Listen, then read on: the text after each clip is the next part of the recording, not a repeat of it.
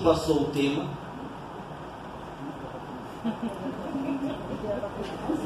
Deve ter sido um momento de obsessão.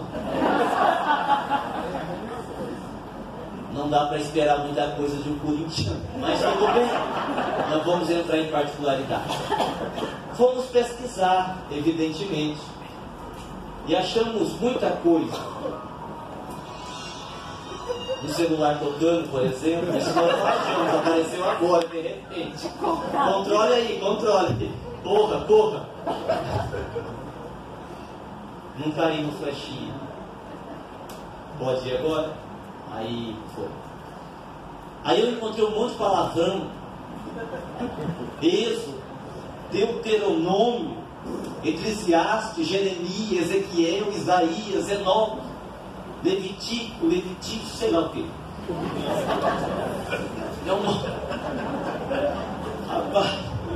É rei que não acaba mais. É profeta que não acaba mais. Essa Bíblia tem tantos livros que nem que eu viva 10 encarnações eu vou me dar conta de todos. Mas é a proposta do evento. Então, para tentar fazer uma palestra agradável, sem fugir do tema, vamos tentar fazer essa conexão. Vamos tentar buscar algumas informações que nós vamos encontrar nesses reis, desses profetas, fazendo uma conexão com a mediunidade hoje, que nós vivemos hoje, para que nós possamos ir aprendendo dentro dessa perspectiva. Bem, voltou. Ah, agora voltou. Pronto. Tá, vamos lá. O que é que nós sabemos sobre mediunidade? E eu poderia dizer que nós sabemos muito pouco sobre mediunidade. Nós poderíamos, por exemplo, dizer que se você comprar esse livro, você vai saber tudo sobre mediunidade. Eu não sabia que ia entrar esse slide. Aí eu aproveitei a deixa. Eu não sabia que ia entrar esse slide. Só para a gente não perder a piada e a oportunidade de vender o livro. Nós lançamos, no final do ano passado, o livro Saúde Psíquica. O livro, ele traz 3 perguntas principais. O que eu sinto, por que eu sinto o que eu sinto e o que eu faço com aquilo que eu sinto. E nós acabamos de lançar, está lá embaixo também, a continuação desse livro, que é o Saúde Plena. O primeiro foi escrito por mim, o segundo pelo Espírito José de Moraes. Saúde Psíquica e Saúde Plena, que está lá embaixo. Ok? Agora sim. Quando nós falamos sobre mediunidade, nós precisamos compreender algumas coisas. O primeiro item nós acabamos de falar. A mediunidade com Jesus é, sobretudo, o exercício para a nossa capacidade de amar. É incrível. Nós temos vivido experiências fantásticas no campo da mediunidade. Eu me lembro que outro dia eu estava dialogando com um espírito muito inteligente, na sessão mediúnica. Eu estava fazendo a função de dialogador, e o espírito muito inteligente, como eu disse, perverso, e o nosso diálogo estava se estendendo, e eu confesso a vocês que num dado momento aquela conversa virou uma luta de intelectualidade para ver quem vencia o outro. E ele dizia uma coisa, eu dizia outra, e eu falava do Evangelho, e ele mostrava conhecimento, e eu falava, e ele falava também. E quando de repente chegou a querida amiga Benedita Pimentel, que é um espírito que nós temos muito carinho, que trabalha na nossa casa, e vendo a minha dificuldade, ela se aproximou e disse assim: meu filho, quer que eu ajude? Sim, por favor. E assim, com a boca eu disse sim. Mentalmente eu pensei, não precisa não. Eu dou conta, aguenta aí. Deixa que eu dou conta no negócio, né? E aí ela, percebendo a minha prepotência e a minha ignorância, se afastou e ficou olhando. E aí eu senti uma necessidade, agora eu vejo o Espírito mesmo, porque agora tem testemunha.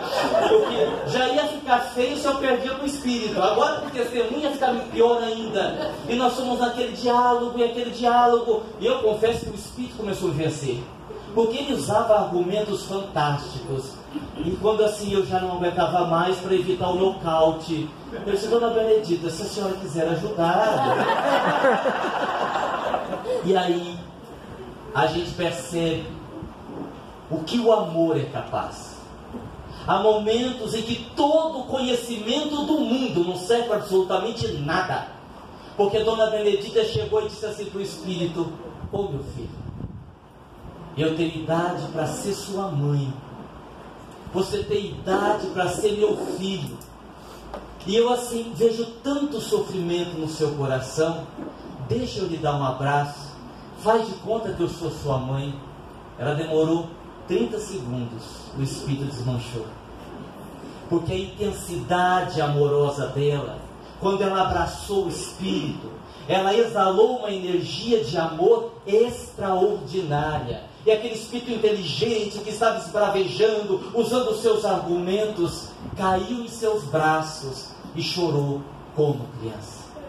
Quando nós falamos de mediunidade, nós precisamos lembrar do amor, ainda que você não consiga amar, porque nós não conseguimos.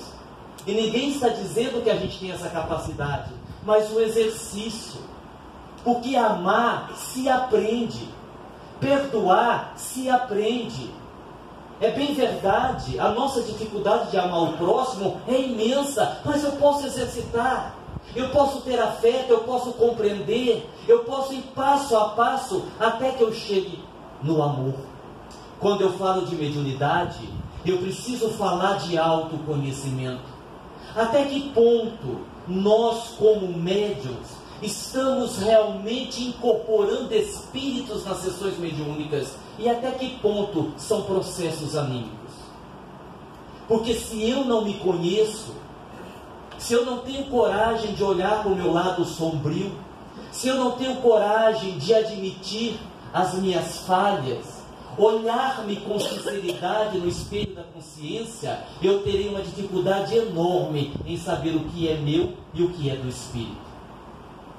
Existe algo acontecendo nas sessões mediúnicas, que o nosso movimento espírita, infelizmente por ser muito fechado, tem feito com que a gente compre gato por lebre. A cada encarnação que nós vivemos, de certa forma nós construímos uma personalidade. E hoje nós temos o eu principal. Mas a Joaquina, o José, a Maria, aquelas experiências que você viveu, elas continuam agregadas em você. E se elas estão mal resolvidas, estas personalidades podem atuar no seu eu atual. No livro Egos em Conflito, Dr. Inácio Ferreira usa o termo ego, falando dessas personalidades.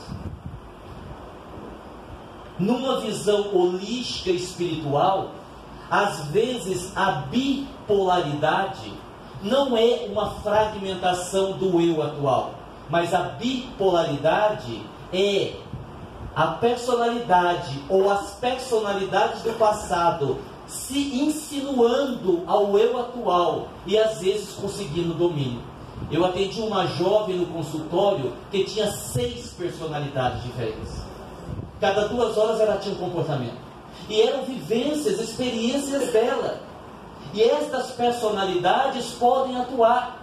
E de repente, em alguns casos, quando uma personalidade dessa, através de uma brecha permitida por nós na atual encarnação, pode vir e ficar. E em alguns casos de esquizofrenia, é a presença de personalidades do passado. Personalidades estas que podem ser atraídas para a sessão mediúnica e os médiuns podem incorporar. E elas podem ser tratadas para ajudar no tratamento terapêutico, inclusive.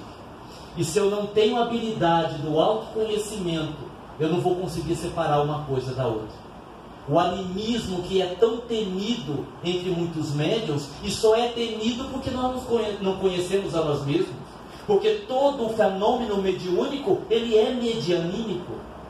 É natural que nos livros que o Agnaldo psicografe, ou nos livros que o Vanderlei psicografe, que fique ali traços da personalidade do médium. É natural, porque o médium participa ativamente do processo.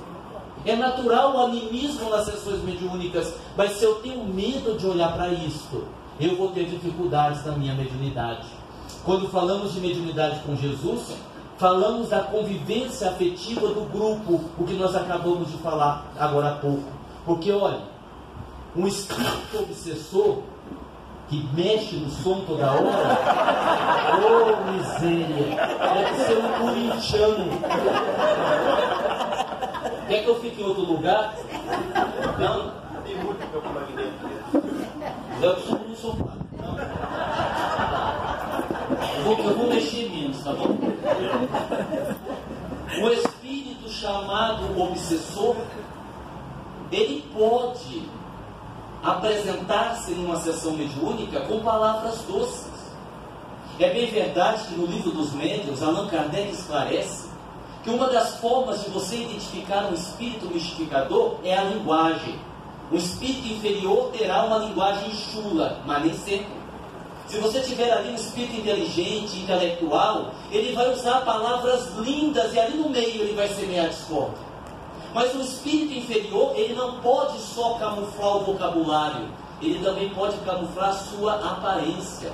Ele pode aparecer como Allan Kardec, ele pode aparecer como o Dr. Bezerra de Menezes, Maria Modesto Cravo fala tanto sobre os clones. Elas nos explicam como existem clones aos montes. Mas existe uma coisa que o espírito inferior não consegue mudar. O que é?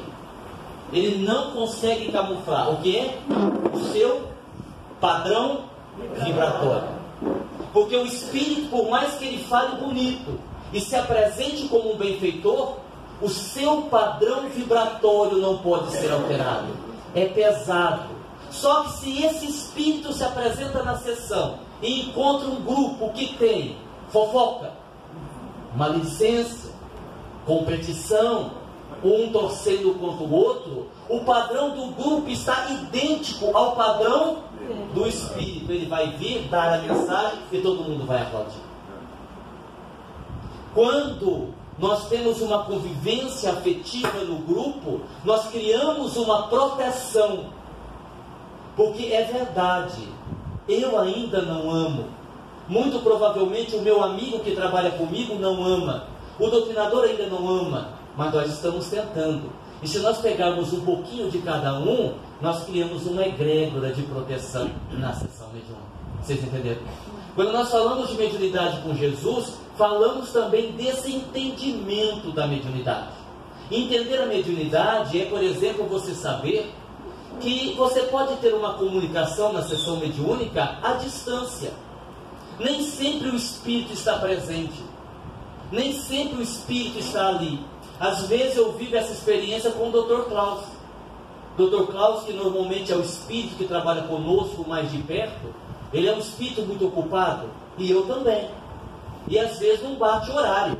Ah, mas o espírito não exige a sua presença? Não, aí eu que você sabe. Porque o espírito respeita o nosso livre-arbítrio, né? Respeita o nosso livre-arbítrio. E então assim, a gente vai improvisando. Eu já psicografei livros em avião.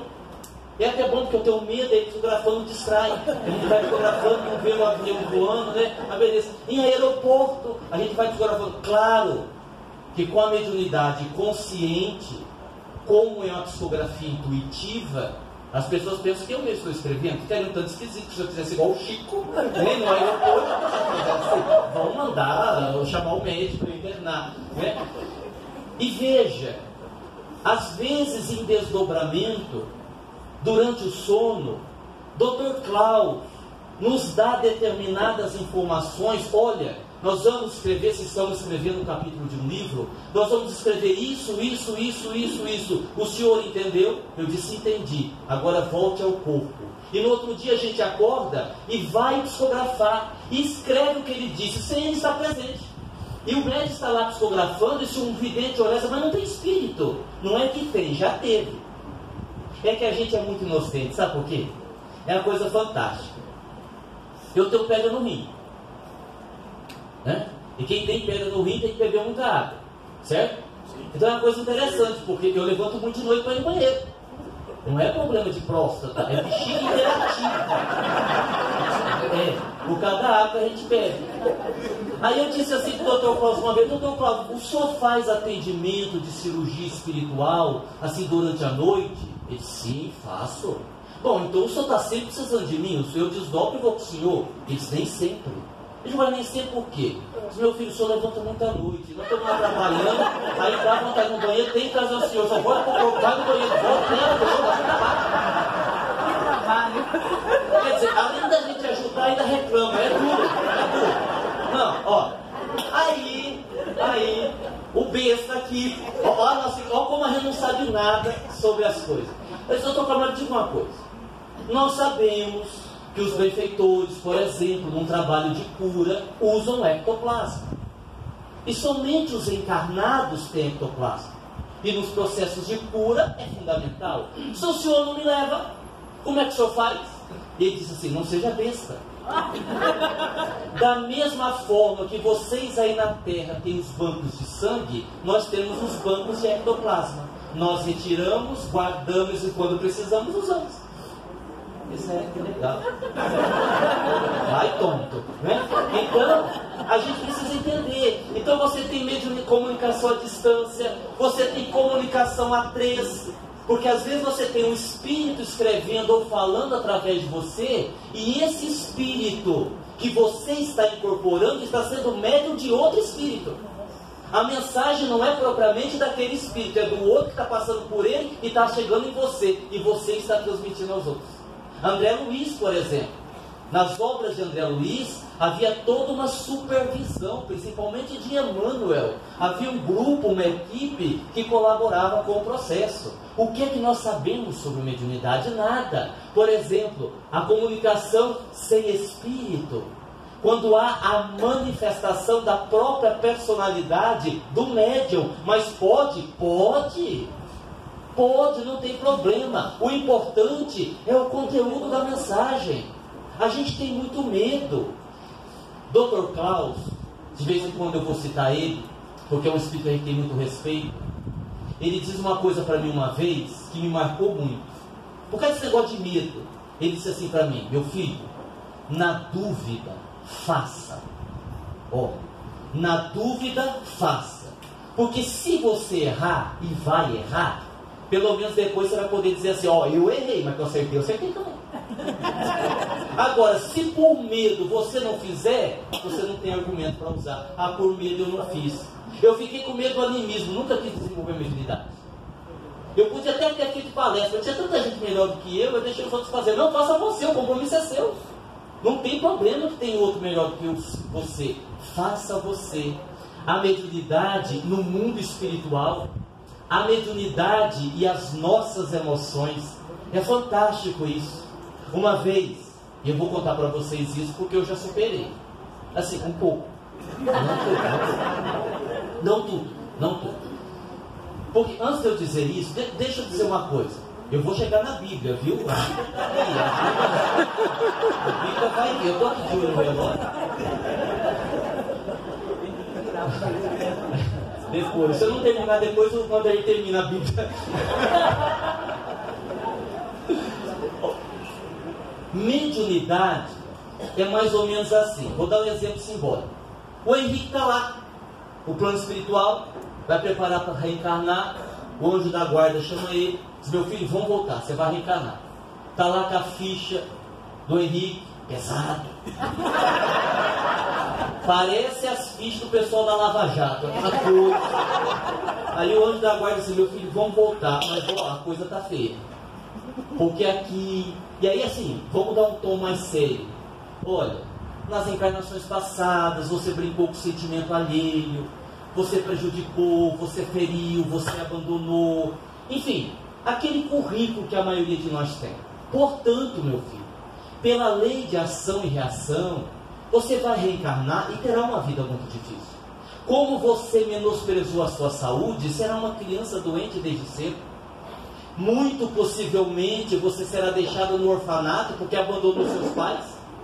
Muito provavelmente você vai ter uma dificuldade financeira muito grande. Ele vai falando. E o Henrique vai ouvindo. Essa hora que o Henrique está assim, já começando a desesperar, o Espírito diz assim: e agora, meu filho, nós vamos dizer a coisa mais difícil. Além de tudo isso, você ainda vai ser torcedor do Corinthians. Ele vai falar: não, pelo amor de Deus, isso não. Isso não, qualquer coisa menos isso. Menos isso. Aí, ó, agora vem a parte séria da brincadeira. O Henrique, como qualquer um de nós, vai dizer assim: escuta, eu quero reencarnar, eu quero melhorar, eu quero evoluir, mas está pesado demais, eu não vou dar conta. Não tem jeito de minimizar isso, assim, de não ser tão difícil. E o benfeitor vai dizer: tem, vamos fazer o seguinte, em vez de você reencarnar e sofrer tudo isso, você reencarna, sofre metade disso, e a outra metade você vai ser médico para ajudar os outros. Topa, assina o contrato. E assinamos. Então mediunidade não é karma. Mediunidade não é um peso que você tem que carregar. Só que mediunidade, no nosso caso, também não é missão. Nós não somos missionários. A mediunidade é um instrumento para o nosso crescimento. A mediunidade é uma ferramenta que a providência divina nos ofertou para que nós pudéssemos evoluir sem tanto sofrimento. Vocês entenderam? Essa é a característica da mediunidade. E eu me lembro que uma vez a dona Benedita disse assim, isso já assim, há alguns anos atrás, né?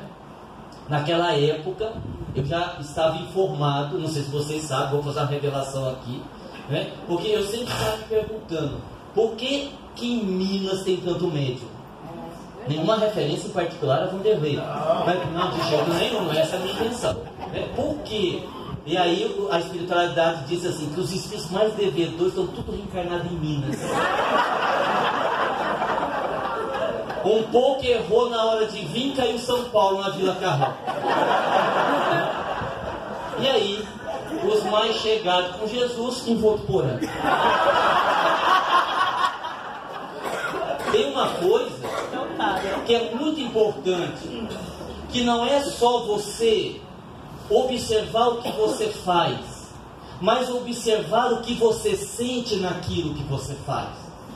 E há muitos anos atrás, dona Benedita me perguntou assim, meu filho, você sabe por que você gosta tanto de fazer palestra?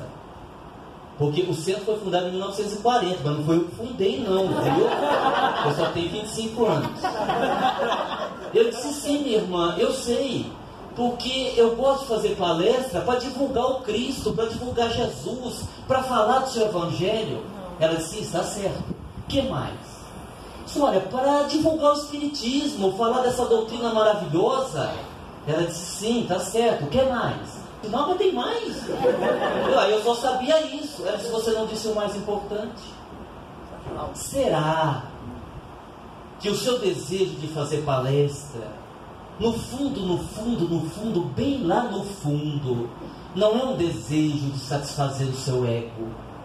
Será? A sua intenção é boa, ela disse, eu sei que é, mas observe o seu sentimento. E eu pensei, sabe de nada. Mas resolvi fazer o teste. E nas palestras seguintes tem alguns lugares que as pessoas aplaudem, outros não, porque atrapalha a vibração. Viu? Você bate palma, quebra toda a vibração do ambiente. Eu não sei de onde tiraram isso, mas algum lugar dizem isso, né? Aí eu observei, quando bateram palma, o que eu estava sentindo? E eu me senti naquele momento um pouco superior às pessoas que estavam ali. Eu disse, ela está certa. É isso mesmo. No fundo, o aplauso estava satisfazendo o meu ego. Então não pode bater palma? Deve. Só que hoje eu tenho que lidar com isso de outra forma. Dizer assim, calma aí, Aguinaldo, a luz não é tua, é de Jesus. Como dizia Chico, você só é o carteiro, o que importa é a carta. Certo?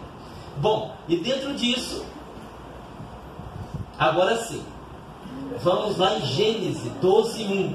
Ora, o Senhor disse a Abrão, tá certo, não está errado não, viu? porque em Votuporanga a gente escreve Abrão, não escreve Abraão não, é a linguagem lá de Votuporanga. O Senhor disse a Abraão: sai-te da tua terra e da tua parentela e da casa de teu pai para a terra que eu te mostrarei. E aqui nós temos, talvez, uma das primeiras vezes que Deus entre aspas, evidentemente, se dirige a um homem fazendo de Abraão um dos médiuns mais antigos que se tem notícia. A mediunidade, eu sei que vocês sabem, mas não custa comentar. A mediunidade não é uma criação do Espiritismo. Sim? Inclusive, quando você lê a Bíblia, que é o tema central, você tem ali inúmeras referências de fenômenos mediúnicos na Bíblia. Tanto que Moisés proibiu a comunicação com os mortos. E o fato de Moisés ter proibido é a prova de que o fenômeno mediúnico sempre existiu. Porque seria ridículo eu dizer assim a vocês: pessoal, olha, vocês estão proibidos de ir à Lua. Seria ridículo, porque aqui ninguém vai na Lua. Eu não vou proibir uma coisa que eu sei que não pode acontecer. E se isso acontecia, e de uma forma leviana, fez com que Moisés proibisse a mediunidade. Então essa mediunidade sempre existiu e existe hoje num monte de lugar. E aí eu fico assim pensando, meus irmãos, como é fantástico o Espiritismo da nossa vida. O Espiritismo é uma coisa extraordinária, porque é uma doutrina que nos consola. A mediunidade é uma coisa fantástica, porque a informação que você tem do ente querido que partiu, a possibilidade de dialogar com ele em alguma circunstância, a certeza de que a morte não existe, é algo que nos faz vivermos com mais alegria, com mais fé. Eu me lembro que eu atendi uma senhora outro dia, profissionalmente. E claro, eu procuro não misturar as coisas. No consultório eu sou terapeuta, e agora psicanalista no final do ano, e no centro eu atendo como espírita. Mas o caso dela era muito complicado. Ela tinha andado 300 quilômetros para um atendimento, e ela foi narrando uma depressão crônica, uma depressão que ela tinha desde os 7 anos de idade, uma depressão acompanhada de calafrios, de angústias. Ela dizia assim: eu não sei, eu vejo vultos. Dizem que é criação da minha mente, mas será que é? E na narrativa dela ficava claro que era um processo que ela trazia de reencarnação passada, que era um processo também obsessivo. E quando ela terminou de contar, eu disse assim para mim mesmo: eu vou arriscar. Não devia, mas eu vou arriscar. Eu disse: minha irmã, qual é a sua religião? E ela respondeu: católica, apostólica, romana. Eu não acredito em nada que esteja fora da minha fé. Eu disse: que legal. Ideal. E eu fiquei pensando o que eu ia fazer. E eu resolvi arriscar de novo. Eu disse assim para ela: a senhora já ouviu falar de reencarnação? Ela disse: não, nunca. Eu disse: então eu vou lhe explicar, preste atenção.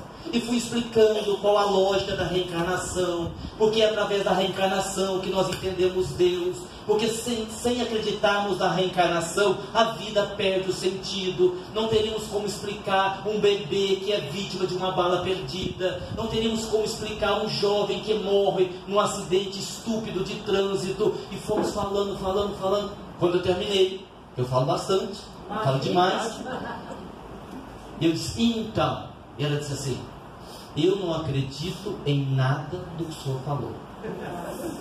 No entanto, o que o senhor falou tem coerência. Eu fiquei aqui pensando, e o que o senhor falou tem lógica, tem sentido. Eu vou pensar. Ela voltou uma segunda vez, voltou uma terceira vez, e numa quinta vez ela me disse assim: comecei a frequentar o centro. Eu estou querendo até trabalhar. Veja, não que a fé católica seja inferior, não é isso que eu estou dizendo, mas no caso dela, ter o entendimento da reencarnação passada seria, como foi, fundamental para ela se livrar das suas dores. Ok? Vamos lá. Observar não só o que fazemos, mas também o que sentimos quando fazemos. Foi o que eu expliquei. Porque às vezes a gente assim A gente quer uma coisa e diz outra. Às vezes a nossa comunicação é difícil. Quantas vezes nós temos dentro dos grupos mediúnicos desavenças, melindes, pela forma que eu falei. Existem 1001 formas de falar uma coisa para outra pessoa. Quando nós falamos de sentimento, de emoções, e eu não vou entrar muito nesse campo, porque quem estiver no Impamed, lá na nossa querida Votuporanga, que durante anos foi Entremédios e agora é Impamed, Encontro de Paz e Mediunidade, nós vamos falar, nosso tema será o que eu não sei sobre mim. Então a gente vai falar muito sobre essa questão de autoconhecimento. Mas a gente precisa entender que nos conhecermos é um processo que parece fácil, mas se torna difícil. Uma vez o Dr. Cláudio estava tentando explicar para mim sobre as dimensões espirituais, porque também é uma outra coisa que a gente não sabe nada. A gente imagina que tem o plano material e o plano espiritual. Não é assim. Você tem o plano material e você tem as dimensões espirituais. E essas dimensões espirituais, elas se desdobram quase ao infinito. Então, se você perguntar assim, Aguinaldo, espírito faz sexo? A resposta é sim e não, a depender da dimensão que ele está. Evidentemente, o espírito que já alcançou determinada envergadura, ele não terá mais essa necessidade. No entanto, aqueles espíritos que desencarnam e vão para uma dimensão muito próxima do orbe terrestre, eles têm uma vida muito semelhante à nossa. Está aí o Dr. Inácio Ferreira, que vem dizendo isso há muito tempo através de seus livros. Não é? Nós devemos muito, e aqui é preciso dizer isso. É preciso dizer isso. Eu sou da opinião que a gente precisa ler as obras novas que têm surgido no nosso movimento espírita, que são obras boas, que vêm alargar o nosso conhecimento, que vêm se aprofundar, mas também não podemos deixar de lado aquelas obras que são referência para nós. Quando você pega o nosso lar, por exemplo, lá da década de 40, é incrível como ali ainda tem novidades que nós não percebemos. Porque André Luiz foi o grande desbravador da questão da mediunidade, da questão do mundo espiritual. Foi ele que falou de casa, de aeróbus, de construção no mundo espiritual. Até então nós não sabíamos. Então quando o Dr. Cláudio tentava explicar sobre as dimensões espirituais, ele disse assim, olha, existem as dimensões e as subdimensões. Eu disse, mas o que é uma subdimensão? Ele disse, é uma dimensão dentro da outra dimensão. Eu disse, sim, mas uma dimensão dentro da outra dimensão, como é que é isso? Ele disse, olha, imagine uma casa que tem um sótão e um porão. Imagine que a casa é a dimensão, o sótão é a subdimensão e o porão é outra subdimensão. Ele disse, sim, mas e para o espírito transitar de uma dimensão para outra, como é que é? É perto ou é longe? Ele disse, é perto. Eu disse, é perto? Ele disse, é longe. Eu disse, é longe? Ele disse, sim, é perto. Eu digo, é perto ou é longe? Às vezes os espíritos ficam fazendo incógnita com a gente, não fala logo o que é. Aí ele deu uma resposta muito significativa. Ele disse assim, meu filho, onde é que está Deus, segundo Jesus? Onde é que está Deus, segundo Jesus? Onde é que está? O reino de Deus está dentro de vós. E isso é perto ou é longe? Teoricamente perto.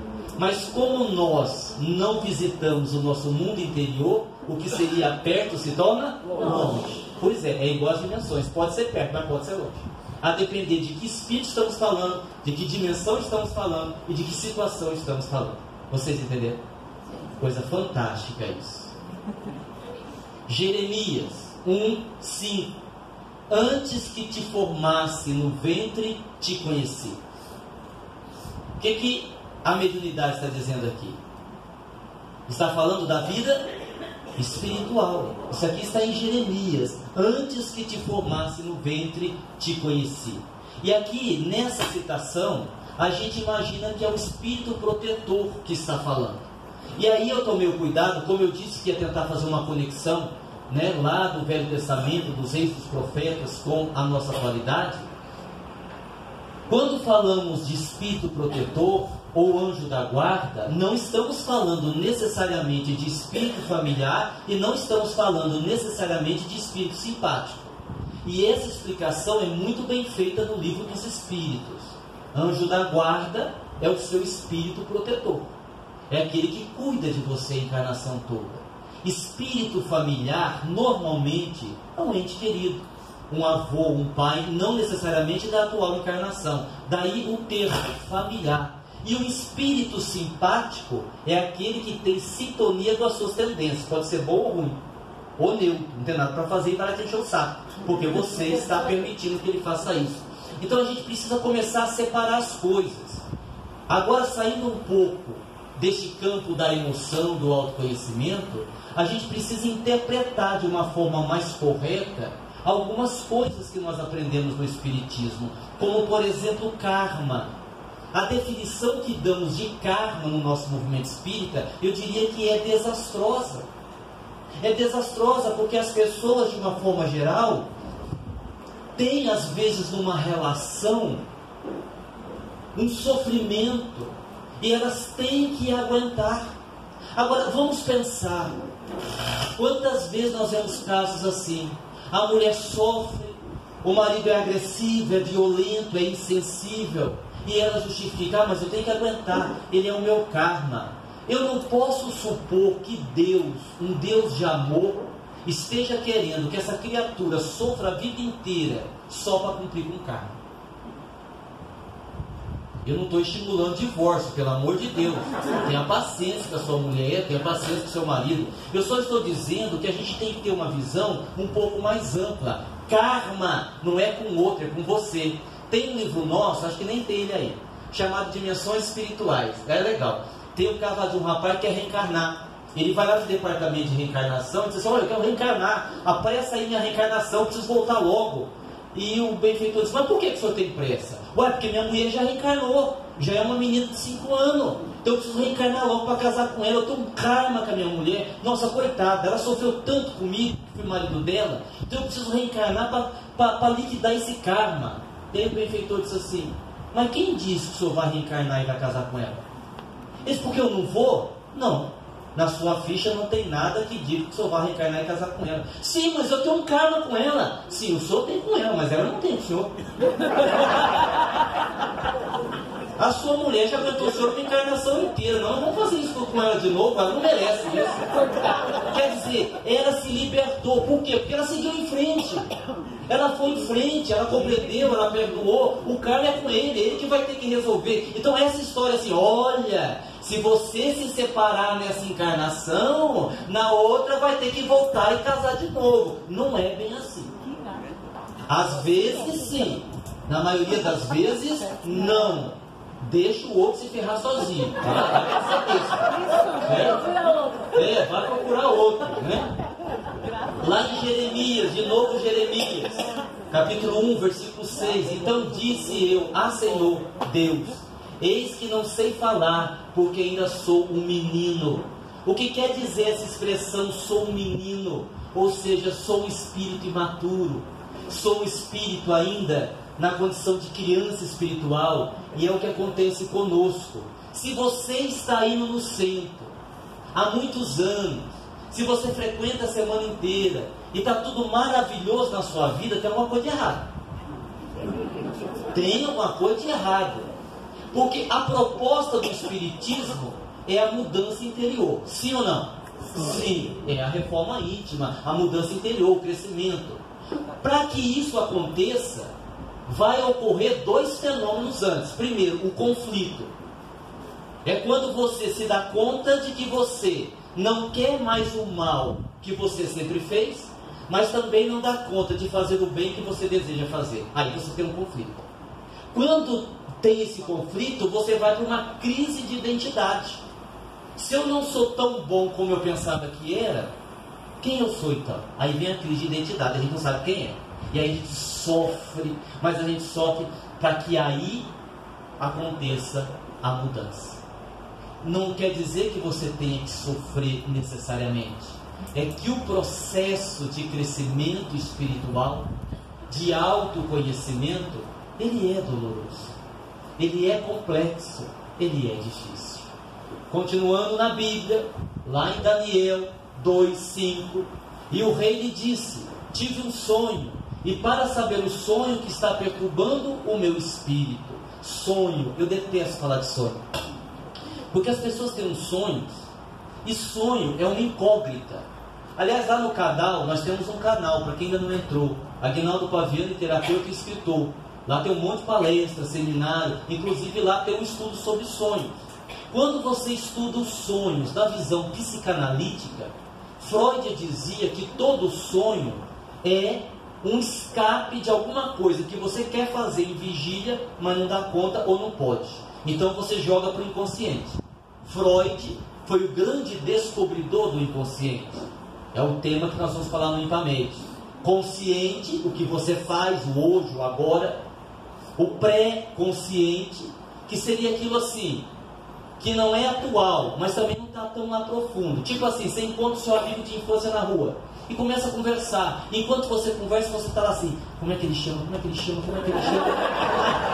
E de noite, quando você chega em casa, você lembra. Não estava no consciente, mas estava logo ali. E o inconsciente, que é o grande problema, é o inconsciente.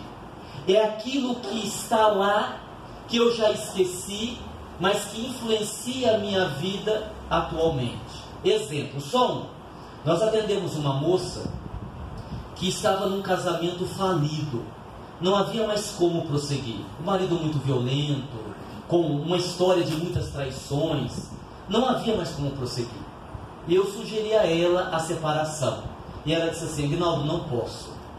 Eu disse: mas você não pode por quê? Você ainda o ama? Não, não amo. Mas por que você não pode? E ela disse assim: toda vez que eu penso em me separar, me vem uma ideia de abandono. Eu disse: sim, mas você não vai ficar abandonada, você tem amigos, você tem parentes. Ela disse: sim, mas a ideia é que eu vou ficar abandonada. E como nós não conseguíamos resolver a questão, fizemos uma regressão para a sua infância. Quando ela tinha 6 anos, ela não lembrava mais. Quando ela tinha 6 anos, os pais brigavam muito. E era muito comum nas brigas o pai dizer assim para a mãe: eu vou arrumar minha mala e vou embora. E a mãe respondia: se você for embora, eu me mato. E ela com 6 anos: meu pai vai embora, minha mãe se mata e eu estou abandonada. E esse trauma, essa sensação de abandono, a acompanhava até os dias atuais, não permitindo que ela tomasse uma decisão. Sim?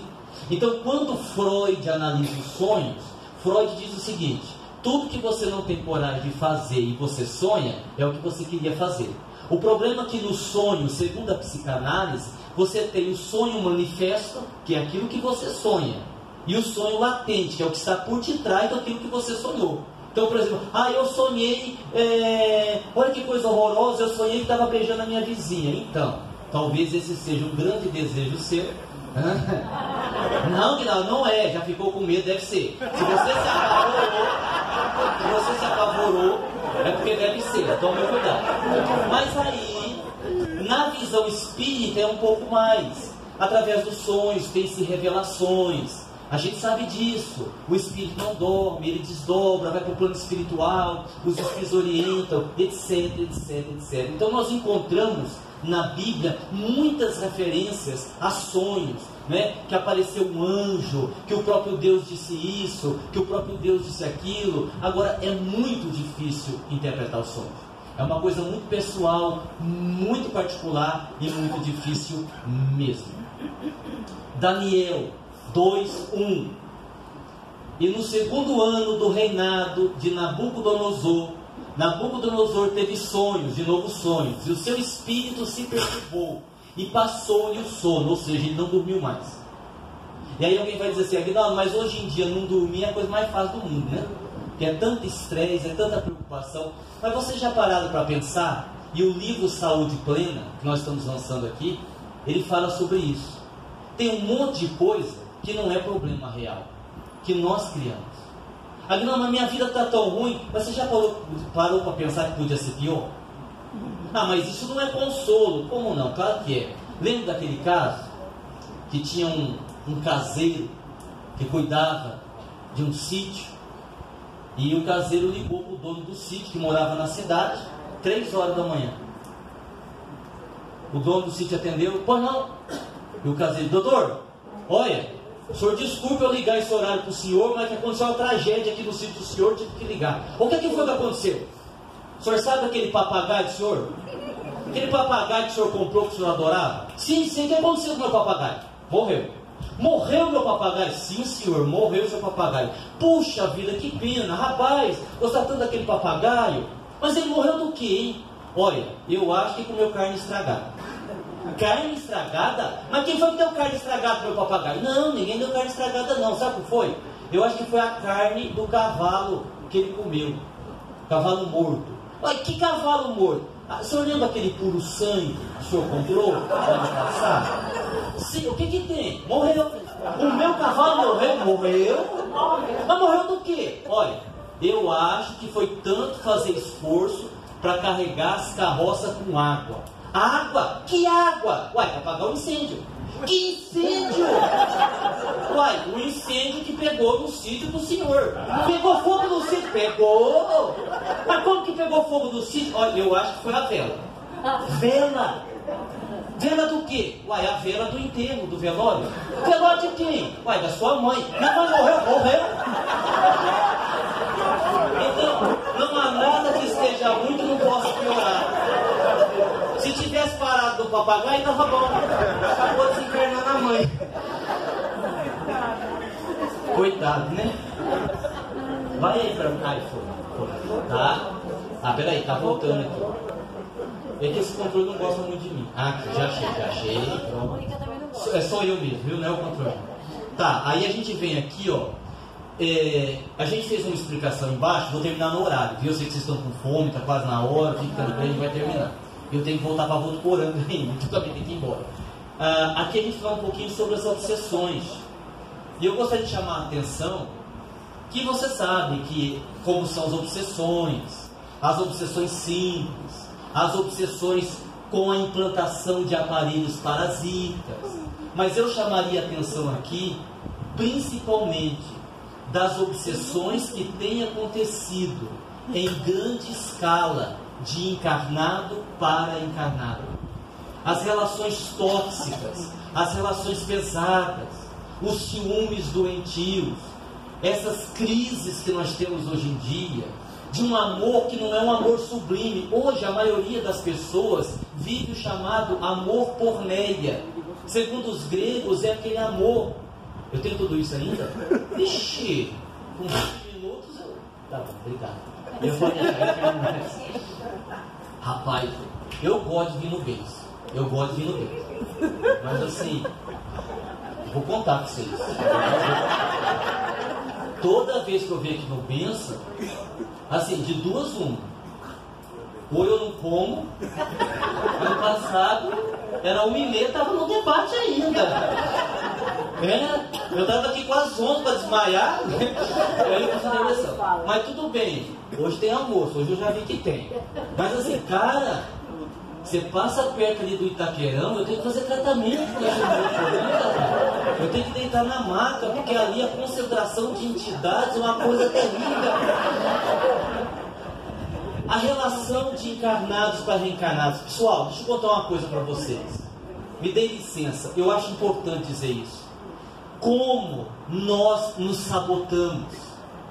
Tem gente que diz assim, olha, a grande dificuldade da vida é consertar aquilo que está errado em nós. Não é. Essa é a segunda maior dificuldade. A primeira maior dificuldade é descobrir o que tem de errado em você. Isso sim é dificultoso. Eu conversava com uma moça outro dia. Ela sentou para conversar com uma jovem senhora. Eu assim olhei para ela, os cabelos desgrenhados, um monte de fios brancos, aqueles óculos de fundo de garrafa, sabe? Assim, o vestido eu calculei da década de 1920, mais ou menos, né? Uns sapatos assim esquisitos, né? De chinelo. Eu tenho que reparar, né? Porque a expressão corporal fala muito sobre a pessoa. Deixa eu justificar. Você repara, não é que eu sou reparador. É que se você está num tratamento, porque às vezes as pessoas que fazem psicanálise, elas têm uma resistência. de dizer o que elas sentem, de dizer o que elas querem. E elas dizem muito na sua expressão corporal. E ela havia procurado o tratamento porque justamente ela estava com baixa autoestima, por se sentir feia. Tá. E aí, observando isso, quando ela terminou, existe pergunta que você faz para levar a pessoa à reflexão. Existem perguntas que você faz para provocar. Essa segunda eu gosto mais, que você provoca o nervoso da outra. É uma delícia você ver os outros nervosos. Aí eu disse assim para ela, mas era sério. Eu disse assim para ela, por que que você gosta de ser feia? É bonito ser feia. Ela respirou e disse, não, o senhor não entendeu. O senhor não entendeu. Eu vim aqui procurar o senhor porque eu tenho baixa autoestima. Eu não me amo. Eu sou feia. Eu disse, não, você quer ser feia. Por que que você quer ser feia? Ele disse, olha, eu vou dizer para o senhor não entendeu. Eu disse, minha irmã, eu entendi. Tá bom, não precisa responder agora. Vamos continuar conversando. E fomos conversando. Chegou no momento da conversa que ela pôs para fora. Eu disse, olha, o negócio é o seguinte. Olha, como é complicado a maneira que a gente é educado, né? Ela disse assim para mim, eu odeio a minha vida. Eu odeio a minha profissão. Eu odeio o meu trabalho. Eu odeio a minha família. Principalmente, eu odeio meu marido. Eu disse assim, mas ele é tão mal assim? Ela disse, não, ele é um homem bom, mas eu não queria casar, eu nunca amei, eu nunca fui apaixonada por ele, só que eu venho de uma família tradicional, eu venho de uma família que acha que mulher tem que casar virgem, que acha que mulher tem que casar logo, senão fica pra titia, que acha que mulher tem que casar com bom partido, e eles me pressionaram tanto, que eu casei, mas eu não gosto do meu marido. Mas não tenho coragem de separar, porque eu fui criada, olha o que é crença introjetada. Eu fui criada com a seguinte filosofia: casamento é para sempre, e separar não dou conta. Aí ela parou, eu disse, pode continuar. Eu disse, não, já acabei. Eu disse, não, você não chegou na parte principal, vai lá, minha filha, agora vamos até o final. Agora você começou, porque também, se você não terminar, eu vou morrer de curiosidade. Você agora me conta, porque senão...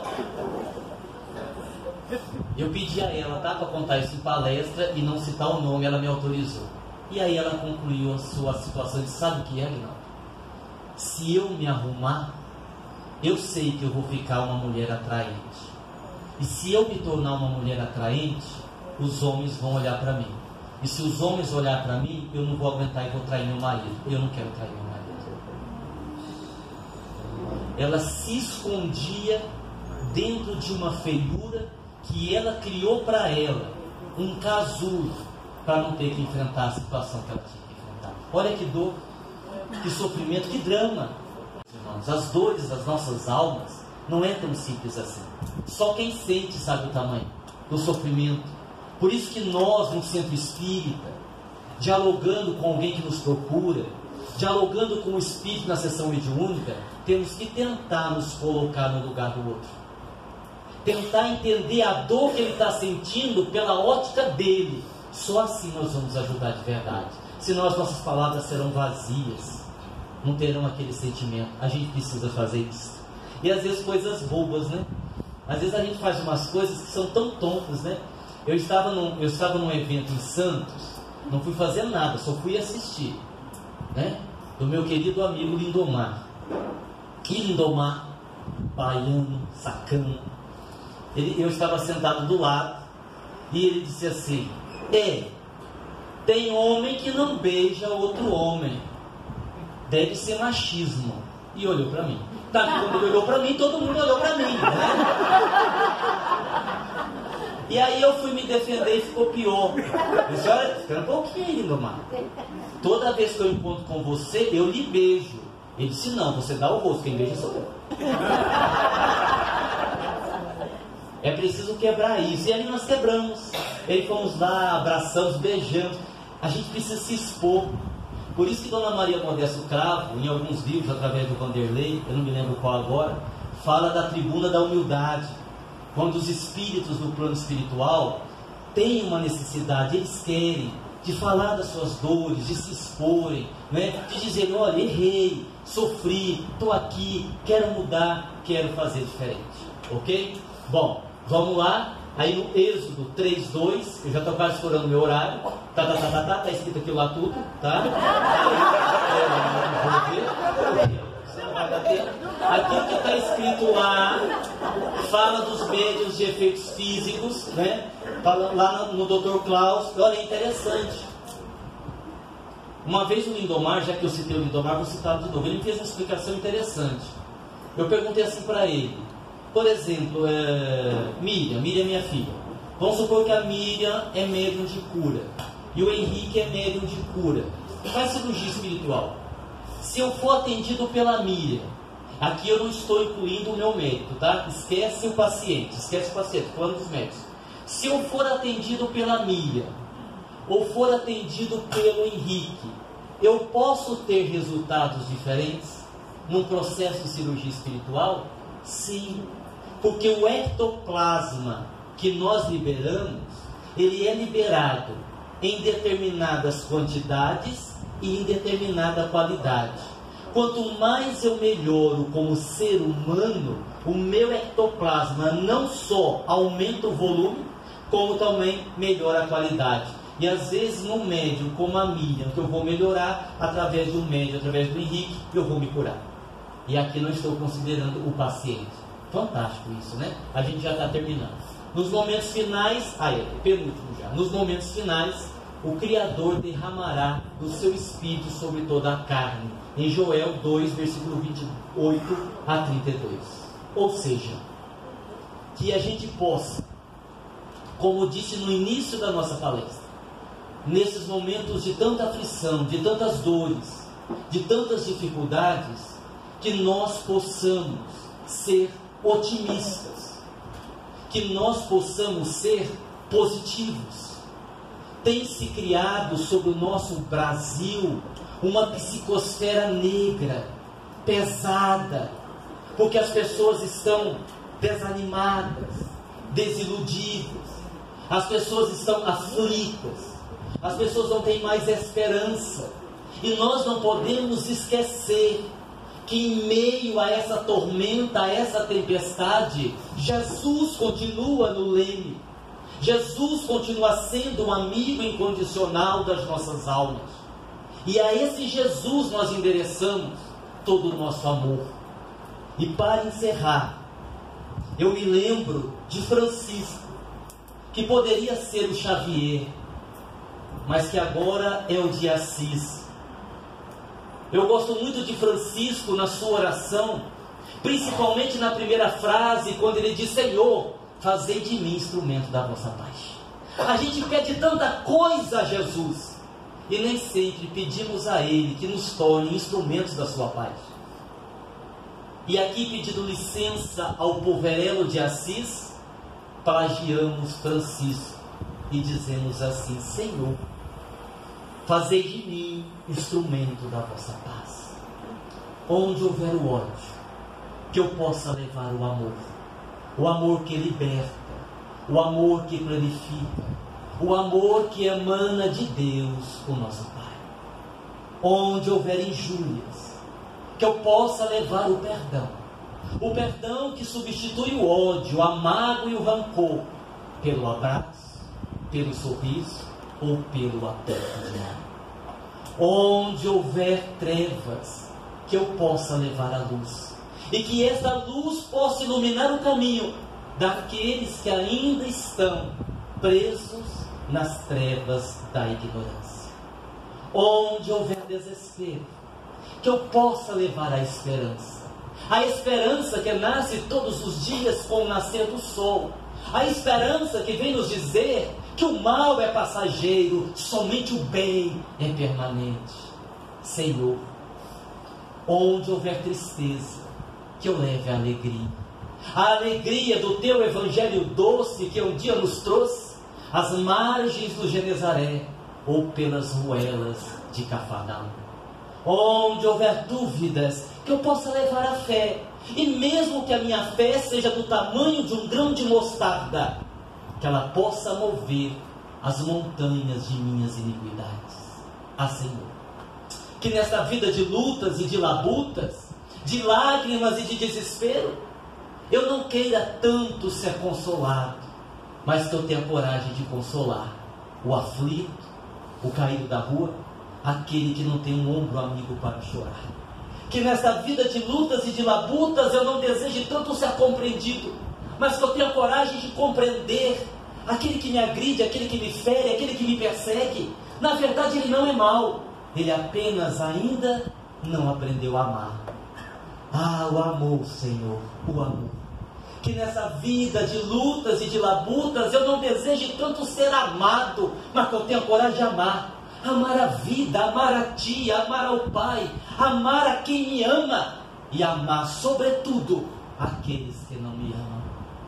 Porque, querido amigo, conhecendo a Tua doutrina de amor, sob a tutela do Espiritismo, eu já entendi que é dando amor que ganhamos a felicidade, que é perdoando que somos perdoados pela divindade, e que é morrendo quando o coração para de bombear o sangue para o resto do corpo, quando fechamos os olhos pela última vez, quando tudo parece tragédia.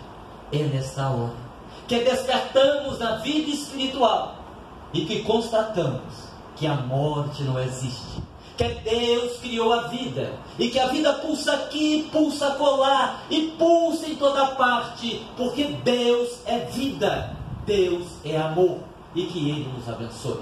Muita paz.